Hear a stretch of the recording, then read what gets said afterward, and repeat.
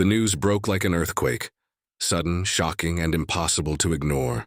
In a televised address that caught both Washington and Ottawa off guard, Donald Trump unveiled a sweeping new trade policy that, within hours, sent ripples through the global economy.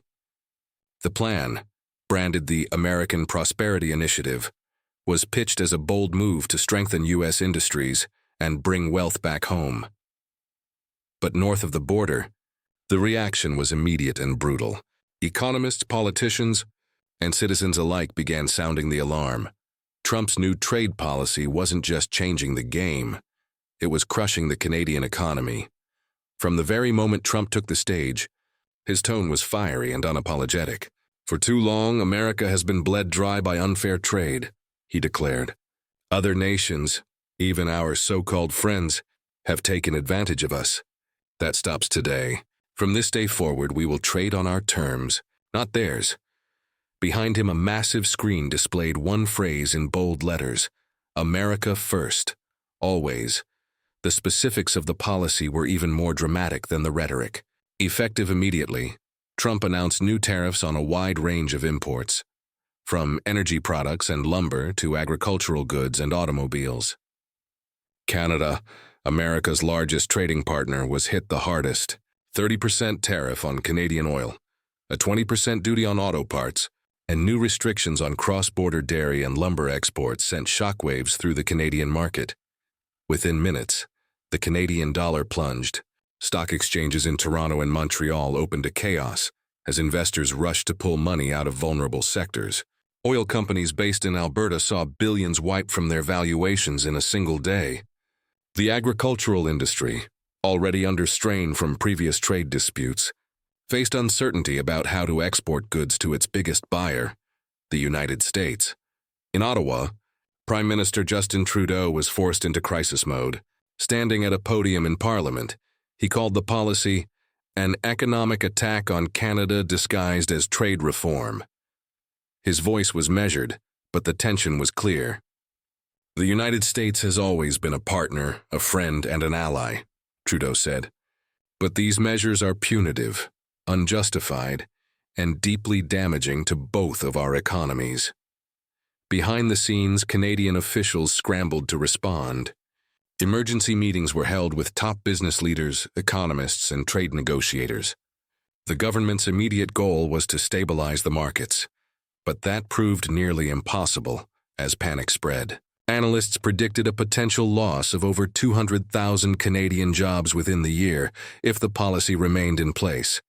Meanwhile, in Washington, Trump and his advisors celebrated the move as a triumph of nationalism and economic power.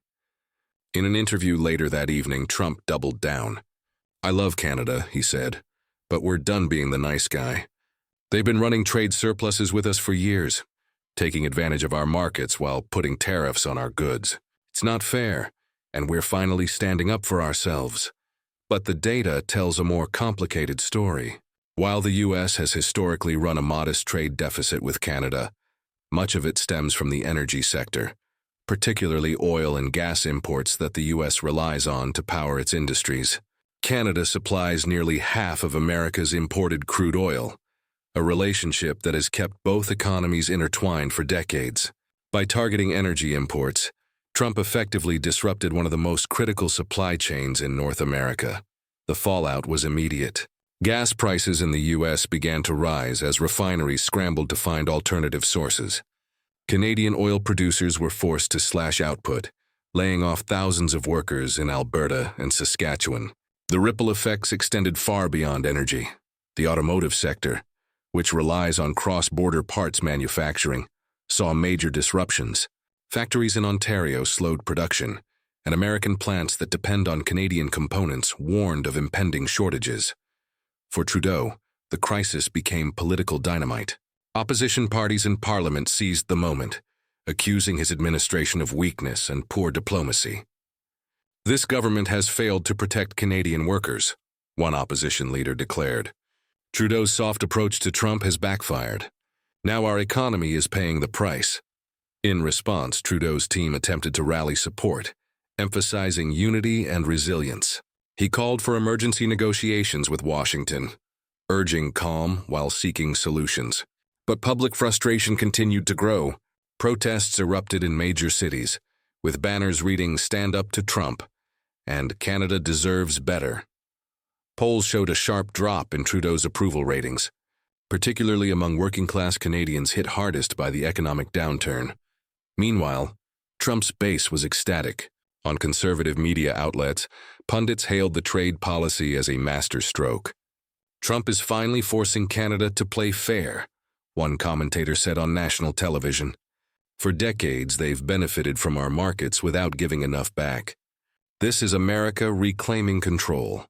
The narrative fit neatly into Trump's political strategy, painting himself as the defender of American workers against global exploitation. By framing Canada not as an ally but as a competitor, he reignited the us versus them rhetoric that had fueled his earlier political success. The move also played well among voters in manufacturing-heavy states like Michigan, Ohio, and Pennsylvania, where resentment toward trade deals runs deep. But behind the bluster, there were growing concerns inside the U.S. government. Several economic advisors warned that the policy could backfire. With Canada as America's second-largest export market, retaliatory tariffs could hit U.S. farmers and manufacturers hard. Within days, Ottawa hinted that it was preparing countermeasures, including new taxes on American agricultural products, technology imports, and even whiskey exports from Kentucky, a symbolic jab at Trump's political allies. Internationally, the policy sent a chilling signal. European leaders expressed concern that the U.S. was once again weaponizing trade to exert political pressure.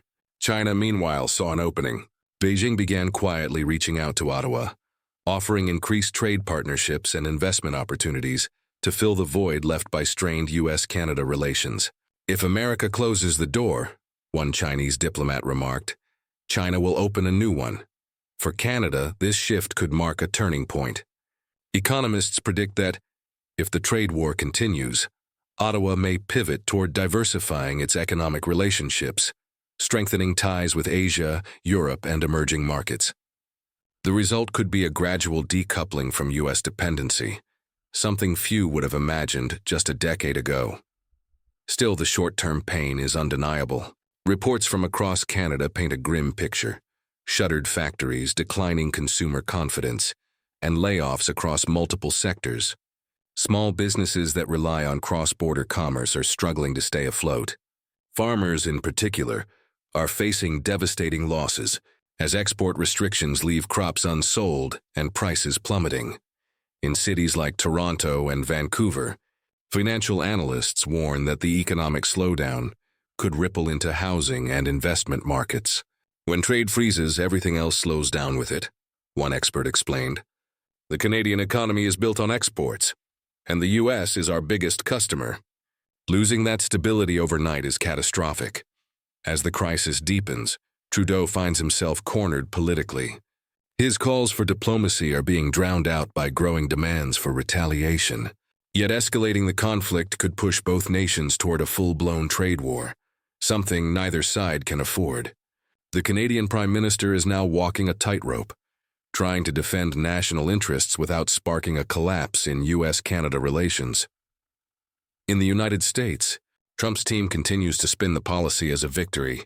Press secretary statements emphasize that American jobs come first, while dismissing concerns about collateral damage. Behind closed doors, however, officials are monitoring market volatility closely. Several U.S. companies with operations in Canada have begun lobbying the White House for exemptions, arguing that the new rules are hurting their bottom lines.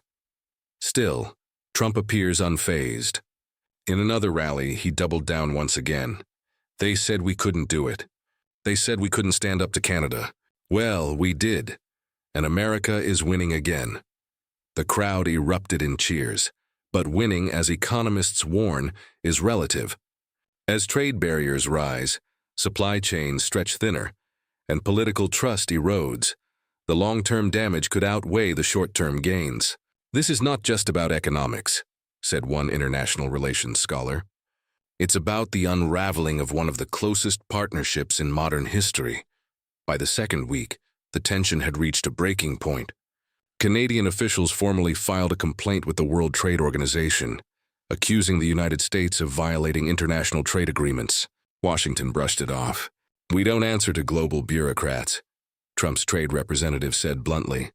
The diplomatic frost deepened. State visits were canceled. Cross-border talks stalled. The tone between the two governments, once characterized by cooperation and shared values, turned adversarial. What was once a symbol of unity between the two nations now looked more like an economic battlefield.